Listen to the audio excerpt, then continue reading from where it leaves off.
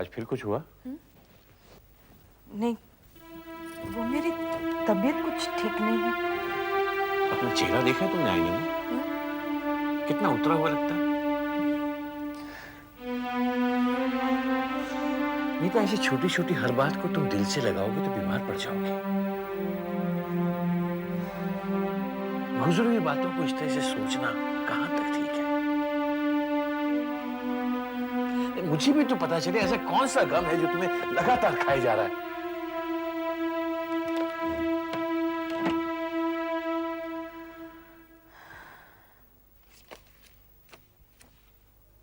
नीता, यहां जो पैसे रखे थे, हाँ, उसमें से कुछ मैंने घर के काम के लिए निकाले थे।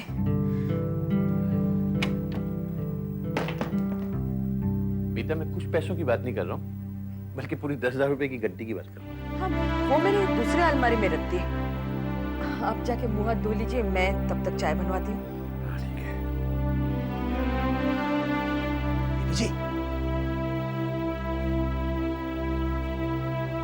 बीबी जी, मुझे मालूम है वो रुपए कहाँ गए। क्या? जी हाँ, वो आदमी आया था ना कल आपके पास, उसने अलमारी में से निकाले, मैंने खुद देखा। किसकी बात कर रहे हो तुम? आपके पहले पति रमाकांत की।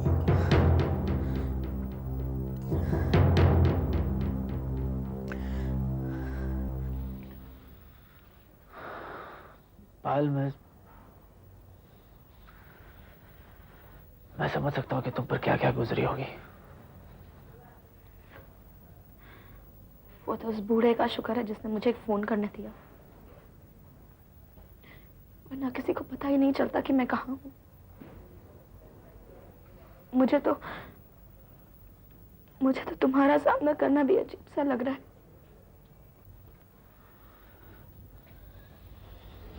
देखो, जो वो उसे भूल जाओ उसे। लेकिन सिर्फ इतना बताओ कि तुम हॉस्पिटल से क्यों भागी? कहाँ तुमने तलाश नहीं किया अपने भाई? क्यों छोड़ा तुमने हॉस्पिटल? हाँ? मैं अपना अतीत छुपाना चाहती थी। मैं नहीं चाहती थी कि डॉक्टर प्रफुल्ल को भी इसके बारे में कुछ भी पता चले। बहुत कंफ्यूज थी मैं, चिड़चिड़ी भी हो गई थी। मुझे कुछ अच्छा नहीं लगता था वहां, इसलिए मैं वहां से भाग गई।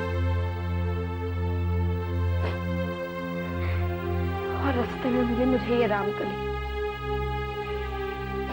सोचा पुलिस से बचने के लिए मैं इसका सहारा ले लूंगी। नहीं जानती थी कि किस बंधन में फंसने वाली। मैंने तुम लोगों को बहुत परेशान किया ना। I am very sorry.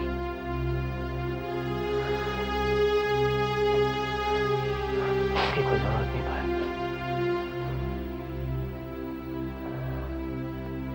देखो पायल, मैं यहाँ एक कस्टमर बनकर आया हूँ। मैंने पैसे दिए इसलिए मुझे ज्यादा देर रुकने देंगे लोग, लेकिन वो उस रामकली को मुझ पर शक नहीं होना चाहिए। और देखो, तुम फिक्र मत करो, मैं तुम्हें किसी भी हाल में यहाँ से निकाल कर ले जाऊं, प्रॉमिस। पायल,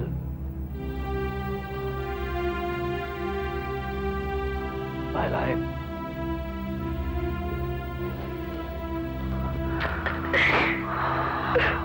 पायल,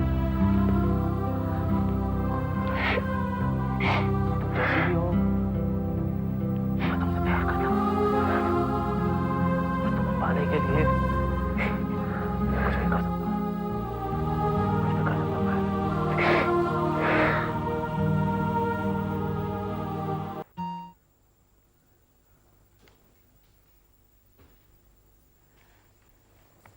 पद्मा, क्या लिखा है इस चिट्ठी में जो तुम्हें मोहन ने दी? प्रिया पद्मा, तुम बिल्कुल चिंता मत करना। हम सबको तुम्हारी चिंता है और हम यही सोच रहे हैं कि कैसे तुम्हें इस मुसीबत से निकाला जाए। धनराज, राधा भी तुम्हारे साथ है, उन्हें भी तुम्हारा ख्याल है। तुम हिम्मत मत हारो, हम तुम्हें कभी भी वहां से बाहर निकाल लेंगे। तुम तैयार रहना और इस चिट्ठी को फाड़कर फेंक देना।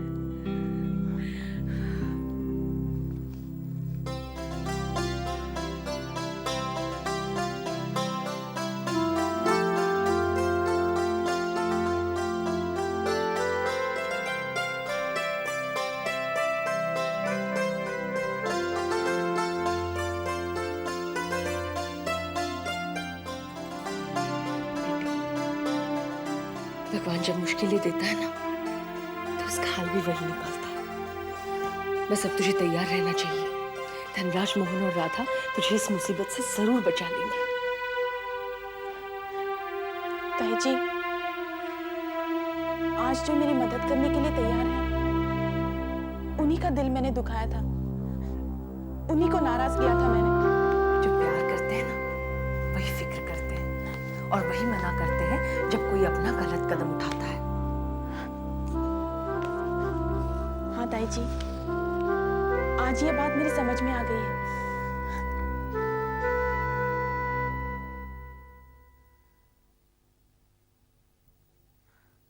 दयाशंकर, दयाशंकर। जी जी बीबी जी।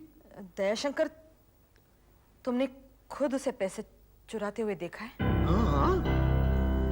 और कुछ क्या? कुछ बातें सुन ली हो? हाँ, बातें नहीं, मतलब बातें यही कि वो आपके पहले पति हैं। और यही बीबी जी कि उन्होंने आपसे रुपए मांगे और आपने उन्हें रुपए दिए। पुलिस की बात। अब एक बात ध्यान से सुन लो दयाशंकर। हाँ जी, सुनाइए। जनार्दन मेरे पहले पति के बारे में सब कुछ जानते हैं और मेरे बच्चे भी रमाकांत से मिल चुके हैं। अब ये राज राज नहीं रहा। लेकिन मैं तुमसे एक बात चाहती हूँ। जी हाँ, बताइए क्या चाहती हैं आप? यही कि वो यहाँ आया था, उसने मुझसे पैसे लिए और अलमारी से पैसे चुराए। ये बात तुम किसी को नहीं कहोगे। मैं नहीं चाहती कि मेरे पति और मेरे बच्चे इस बात से परेशान हो और मुझे शर्मिंदगी उठानी पड़े। समझे?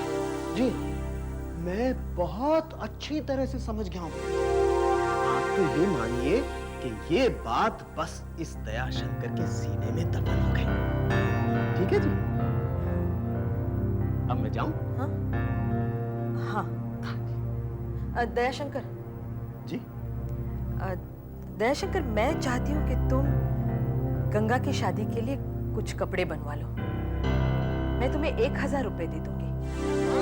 तो बीबी जी, मतलब आप समझ रही हैं ना? 2000 दे दूंगी। हाँ ठीक है, मैं आज ही बाजार चलूंगा। ठीक है जी?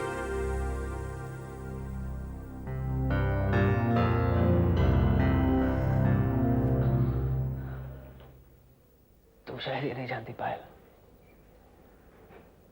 कि जिस दिन कॉलेज की कैंटीन में पहली बार मैंने तुम्हें देखा, उसी दिन मैं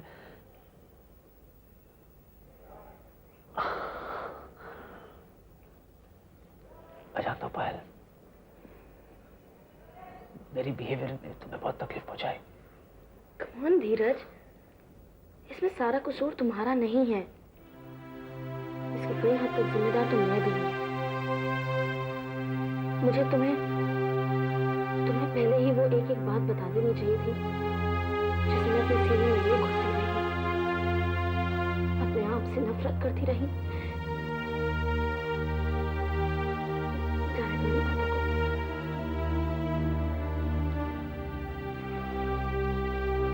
अच्छा, मैं तुम्हें एक बात बताऊं? एक बात थी जो मैं तुमसे कहना चाहती थी, मगर कहना था क्योंकि मैं खुद ही कंफ्यूज थी। I love you.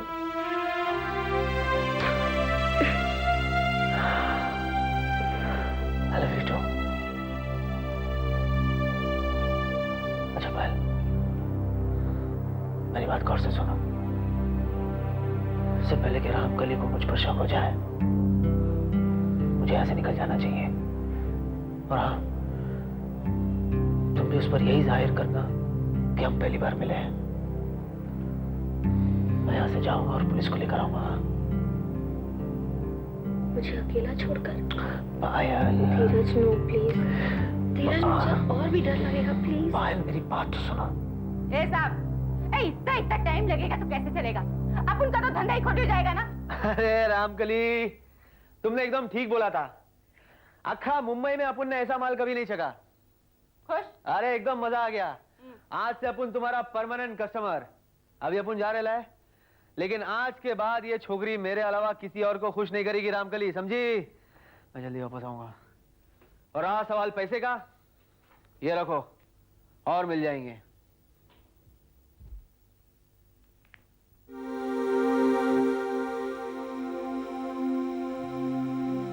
हीरोइन कौन था वो? बहुत माल लुटा रहा तेरे ऊपर। क्या क्या बताया तूने इसको? तो कुछ दाल में काला नजर आता है। अरे क्या क्या बताया तूने इसको?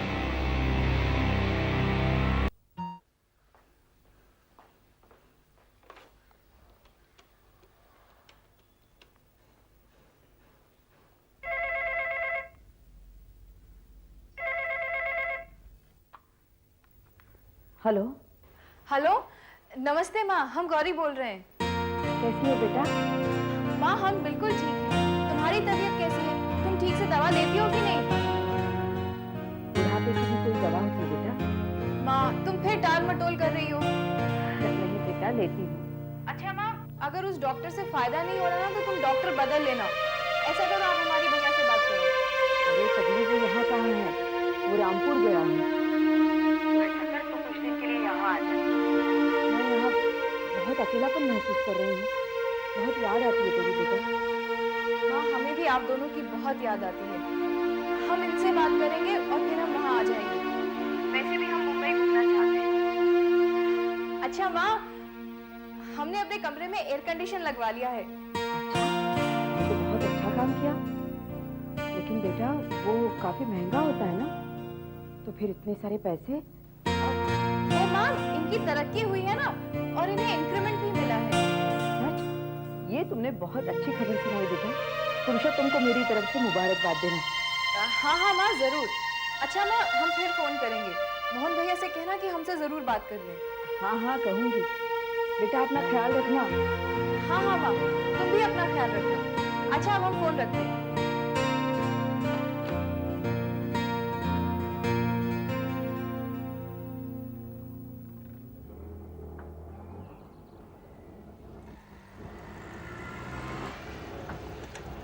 बस बस बस कितना हुआ?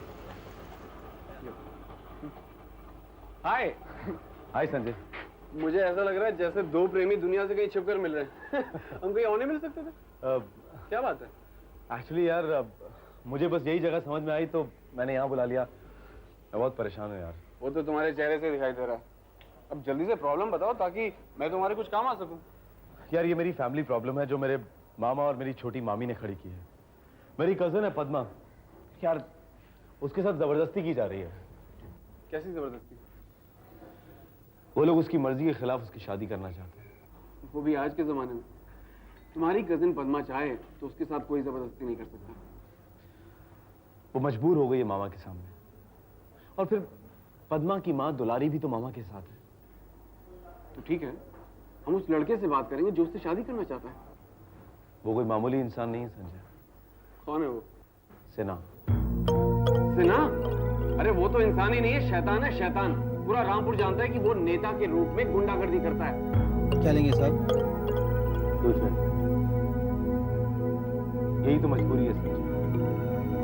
खराब और करप्ट लोग मनी पावर और मैन पावर के जरिए पॉलिटिक्स में आ गए और जनता उनसे डर कर झुक गई। लेकिन मुझे अपनी बहन पद्मा को किसी भी तरह से जरूरत है। मैंने इसीलिए तुम्हें यहाँ बुलाया कि इस मामले में तुम मेरी मदद करोगे। कम ऑन, दोस्त दोस्त के काम नहीं आएगा तो क्या दुश्मन आएगा? बोलो मुझे क्या करना है? ये कहकर तूने मेरी हिम्मत बढ़ा दी। और मैं कभी भी तुम्हारे काम आऊं, मुझे ऐसा लगता है जैसे मैंने दोस्ती का फर्ज निभाया। Thanks lot. पद्मा के इस मामले में अब क्या करना है सोचने के लिए मुझे थोड़ा वक्त चाहिए। ये हमेशा ध्यान में रखना पड़ेगा कि सामने सिन्हा है, जो कि एक बहुत ही जिद्दी और करप्ट आदमी, उसकी सोच बहुत लंबी है,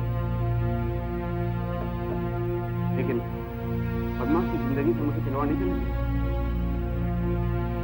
हाँ संजय, हम दोनों मिलकर पद्मा को इस मुसीबत से जरूर निकालेंगे।